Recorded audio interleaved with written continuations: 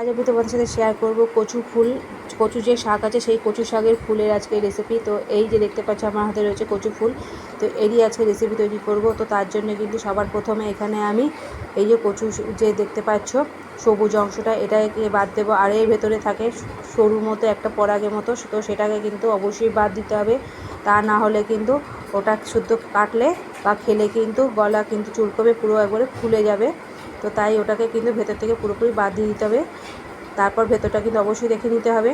তাই দেখো এই ভেতরে কিন্তু রয়েছে, ওর সাথে পোকা ছিল, তো ছোটো ছোটো সেগুলোকে কিন্তু আমি ভালো করে পরিষ্কার করে নিচ্ছি। তবে হ্যাঁ, বাকিগুলো তোমাদের আমি আর দেখাচ্ছি না, সেইগুলো কিন্তু আমি বাইরে থেকে কেটে নিয়ে এসেছিলাম, কেননা ভেতরে যেহেতু পোকা ছিল। তো এগুলো রান্নাঘরে কাটলে তো রান্নাঘর ভর্তি হয়ে যাবে, তাই আমি বাইরে থেকে কেটে ভালো করে ভেতরটা ধুয়ে পরিষ্কার করে নিয়ে এসেছি। তারপর তোমাদের সামনে আমি আবার নিয়ে এসে এরকম করে মাঝখান দিয়ে দুটো আমি ভাগ করে নিয়ে আমি অল্প অল্প করে কিন্তু মিডিয়াম সাইজে কিন্তু এটাকে আমি কেটে নেব। একদম ছোটো না, একদম বড় নয়, ঠিক মিডিয়াম সাইজ যেটা আছে সেটাই কিন্তু সেই রকম সাইজে কিন্তু আমি এগুলোকে কেটে দিচ্ছি। তো বন্ধুরা, আমার অনেক দিন ধরে আছে, 3-4 মাসের ওপরে হয়েছে যে 88 আর 89-এর মধ্যে আমি আটকে আছি। কিছুতেই আমার সাবস্ক্রাইব বাড়ছে না। তো অনেক বন্ধুরা আসছে, তারা বলছে যে দিদি ভাই বোন তোমার পাশে আছি, তোমার সাথে আছি, এরকম বলে তারা মিথ্যে প্রতিশ্রুতি দিচ্ছে, দিয়ে কিন্তু আসছে, এসে আবার তারা বেশি নয় 3 থেকে 4 ঘন্টা বা একটা দিন যখনই পার হচ্ছে তখনই কিন্তু তারা সরে যাচ্ছে, সরে গিয়ে সেই একই জায়গায় চলে আসছে।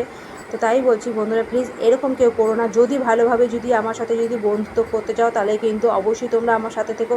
তো ঠিক দেখবে আমি এখন না হয় 2 দিন পর হোক বা যখনই হোক আমি কিন্তু তোমাদের পাশে থাকবো, কিন্তু এইরকমভাবে কিন্তু মিথ্যে কথা কখনো বলো না। আমরা এখানে কিন্তু যতটা পারি কিন্তু একটুখানি ভালো সৎ ব্যবহার করার চেষ্টা করি। তো এই রকম যে ব্যবহার যা তোমরা যে করছো এগুলো কিন্তু একদমই ঠিক নয়।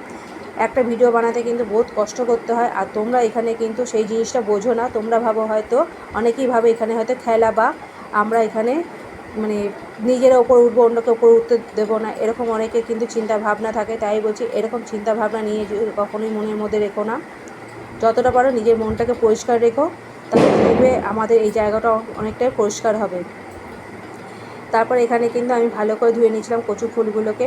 তারপর এখানে আমি গরম জল বসিয়ে দিয়েছি, তার মধ্যে নুন আর হলুদ দিয়ে দিয়েছি, দিয়ে কিন্তু আমি এখানে কচু ফুলগুলোকে দিয়ে দিলাম। এগুলোকে আমি হালকা করে কিন্তু একটু সেদ্ধ করে নেব, খুব একটা বেশি সেদ্ধ করব না।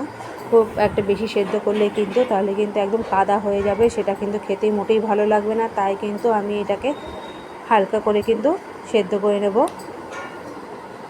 হালকা করে সেদ্ধ যখন হয়ে যাবে তখন কিন্তু এটাকে আমি জল ঝরিয়ে নেব। আর পাশেই রয়েছে এখানে কিন্তু চারাপোনা মাছ। তো এই চারাপোনা মাছের রেসিপিও সেটাও তোমাদের সাথে আমি পরে শেয়ার করব। সময়ের অভাবে আমি যেহেতু বাইরে কাজ করি, তো আমাকে ঘর সংসার সমস্ত কিছু সামলে বা আমাকে বাইরেও কাজ করতে হয়, তাই কিন্তু আমার সবসময় ভিডিও আমার হয় না বানানো। আর আমার ভিডিও বানাতে গেলে আমার ছেলেকে কি অবশ্যই লাগে, আর ছেলে যদি না থাকে তখন কিন্তু আমি একা হাতে করতে হয়। হাতে ফোন নিয়ে ভিডিও করা খুবই কষ্টকর, তবু যতটা পারি করি। যখন সময় হয় না তখন কিন্তু আমি ভিডিও বানাতে পারি না, তাই একসাথে যখন আমি ঘরে থাকি 2 থেকে 3টে ভিডিও বানিয়ে আমি রেখে দিই, সেগুলোকে আমি আস্তে আস্তে করে তোমাদের সাথে শেয়ার করি।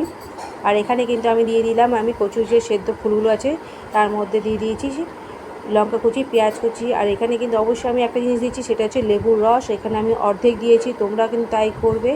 এখানে কিন্তু অর্ধেক লেবুর রস, তোমরা যতটা পরিমাণ তোমরা নেবে সেই পরিমাণ অনুযায়ী কিন্তু লেবুর রসটা কিন্তু দিতে তোমরা ভুলবে না, কেন খাবার ব্যাপারে কিন্তু সময় একটুখানি সচেতন থাকাই ভালো। যে যত যাই বলুক যে ভালো আছে, তবুও কিন্তু একটু দেখে নেওয়াই ভালো। তো আমি যখন কিনেছিলাম ফুলগুলো তখন সেই কাকিমা আমাকে বলেছিল যেটা খুব ভালো, গলা ধরবে না। কচু মাত্রই আমরা কিন্তু একটু ভয় পাই, তাই এখানে কিন্তু সেই ভয়টাকেই কিন্তু মনে রেখে এখানে আমি লেবুর রসটাকে আমি এখানে দিয়েছি। তাই বলছি, যাই হোক, কারো কথা না বিশ্বাস করে নিজের স্বাস্থ্যের কথা বা পরিবারের স্বাস্থ্যের কথা চিন্তা করাটাই ভালো। তো তাই এখানে আমি লেবু রসটা দিলাম। আর এখানে কিন্তু আমি আতপ চাল ভিজিয়ে রেখেছিলাম, সেটাকে আমি বেটে নিয়েছি। আতপ চালকে বাটা আমি এখানে দিয়ে দিলাম। আতপ চাল বাটাটা দিলে একটুখানি ক্রাঞ্চি হয় আর খেতেও কিন্তু বেশ ভালো লাগে। ভালো করে আমি কিন্তু এগুলোকে সব কিছু দিয়ে ভালো করে আমি মিশিয়ে নেব। লঙ্কার গুঁড়োটা দিতে আমি ভুলে গেছিলাম, তাই আমি পরে আবার লঙ্কার গুঁড়োটা আমি দিয়েছিলাম। লেবুর রসটা দিয়ে অবশ্যই কিন্তু 5 থেকে 7 মিনিট মতো আমি রেখে দিয়েছিলাম। 5-7 মিনিট রাখলে কিন্তু তাহলে কিন্তু লেবুর রসটা ভেতরে যায়, আর যদি কোনোভাবে কিছু যদি থাকে মানে তাহলে কিন্তু সেই জিনিসটা কিন্তু কেটে যায়। তাই আমি 5 থেকে 7 মিনিটের মতো আমি লেবুর রসটা মাখিয়ে রেখে দিয়েছিলাম।